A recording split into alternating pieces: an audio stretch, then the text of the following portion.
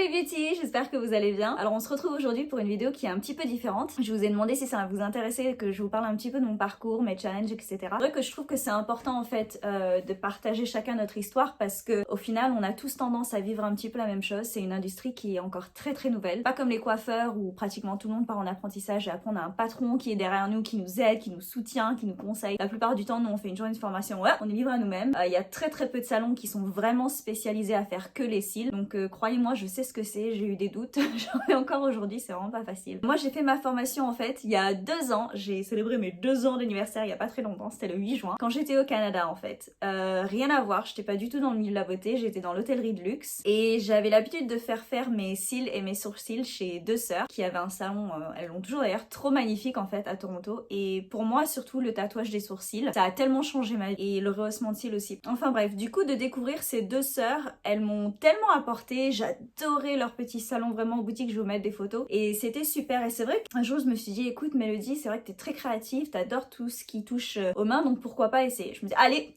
vas-y, je me lance. Donc j'arrive le jour même. Pour vous dire que c'est pas parce que quelqu'un est très talentueuse dans les cils qu'elle va être une bonne formatrice.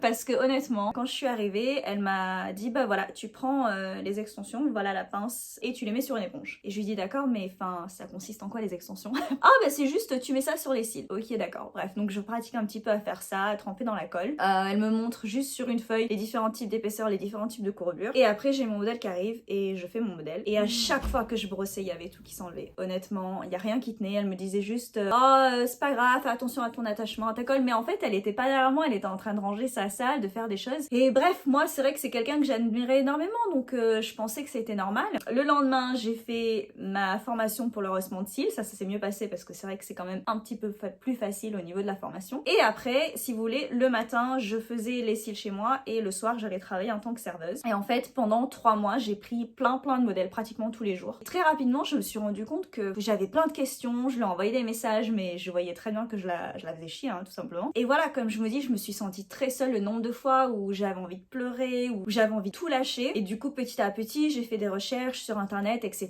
J'ai découvert des acomptes qui m'ont aidée. Et pour ça aujourd'hui que je suis là, parce que je vous dis j'ai tellement galéré au début, j'ai tellement dépensé d'argent dans plein de choses que si je peux vous éviter ça. Bref, et du coup si vous voulez en fait 4 mois après ma formation de cils à cils, vous pouvez pas rester au Canada parce que mon chéri avait son visa qui arrivait à expiration, donc on a pris la décision de déménager en France. Et en fait au bout de 4 mois j'ai voulu faire une formation de volume russe avec quelqu'un d'autre que j'admirais énormément. En fait elle postait tellement de conseils sur son Instagram que je me suis dit attends, elle c'est pas quelqu'un qui est vraiment juste doué dans ce qu'elle fait, c'est aussi quelqu'un qui a la passion d'apprendre aux autres. Donc c'était un petit peu tôt hein, pour moi, j'avais encore l'impression que je galérais dans le cils à cils, mais voilà, j'allais déménager en France, il fallait que j'apprenne le volume. Du coup j'ai fait ma formation avec elle d'une journée et c'est vrai que la méthode, produits en fait qui m'ont été donnés, c'était pas adapté à moi. Et c'est vrai que moi je souhaite faire les choses différemment quand je fais des formations, c'est-à-dire avoir différentes pinces que vous puissiez utiliser pour voir ce qui vous correspond le mieux, parce qu'il y a des personnes qui vont aimer des pinces qui servent plus, d'autres moins, etc. Honnêtement je crois que j'ai dû mettre 5 éventails pareil. Donc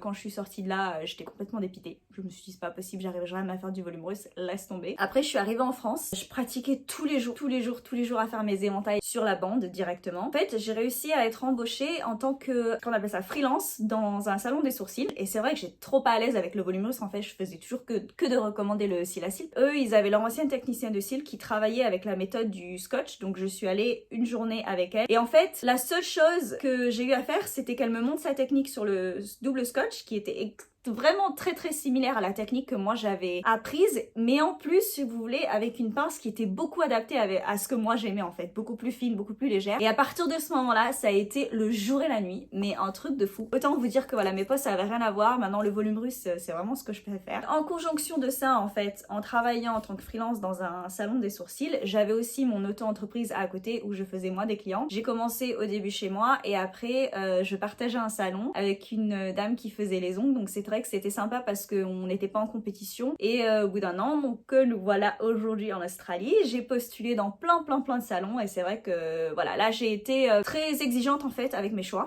Tous les entretiens que j'ai passés, ils m'ont proposé du boulot. Mais en fait, je sais pas pourquoi je fais toujours ça. Je choisis toujours la solution la plus dure parce que je sais que c'est ce qui va m'apporter le plus. Donc en fait, la manière dont ils font les choses en Australie, c'est trop bizarre. C'est-à-dire que c'est un pays comme les États-Unis, l'Angleterre, le Canada, très axé sur la beauté, très axé axé sur tout ce qui se voit. Mais au final, sur les cils, ça reste quand même une industrie qui est très nouvelle, dans le sens où ils le respectent pas en fait. Donc nous faisons une pose en cils à cils, donc 65 cils par œil en 45 minutes, 95 cils par œil en 1 heure, et volume russe léger en 1h15 et volume russe intense en 1h30. Voilà, donc je vous laisse rire 2 secondes à 7 ans.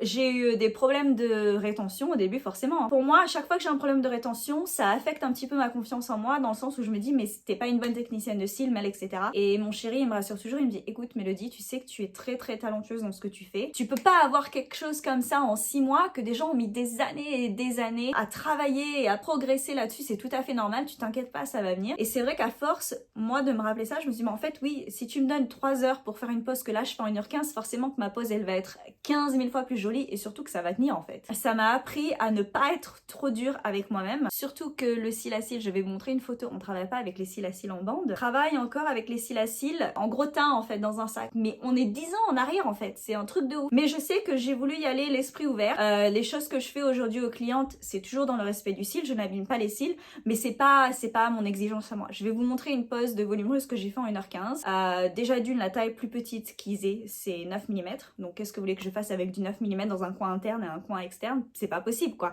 Mais je suis extrêmement fière de cette pose dans le sens où en 1h15, voilà ce que j'ai fait. Il n'y a pas de stickies, ça n'abîme pas les cils et je sais que ça va m'apporter énormément. Je voulais vous expliquer tout ça parce que honnêtement, c'est normal de prendre du temps. Voyez toujours le bon côté des choses. Dites-vous que forcément, ça va vous apprendre quelque chose. Ça sera que du positif au final. Il y a des jours avec, il y a des jours sans, il y a des clients chez qui ça va tenir, il y a des fois où on va pas faire le meilleur de ce qu'on peut faire. Mais dites-vous bien que c'est pas une réflexion de qui vous êtes et c'est pas une réflexion de votre talent. Je voulais vraiment vous expliquer tout ça en détail et j'espère surtout que ça vous aidera et que ça vous apportera à vous redonner confiance en vous. Voilà, en tout cas, je vous fais de gros bisous et à très bientôt!